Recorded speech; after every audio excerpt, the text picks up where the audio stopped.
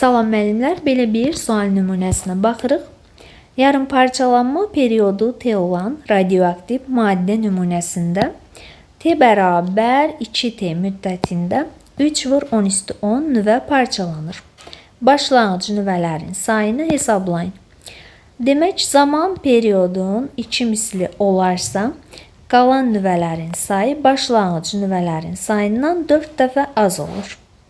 Yaza bilərik burada delta n bərabər n0 minus n və parçalanan nüvələrin sayı 3 vur 10 üstü 10.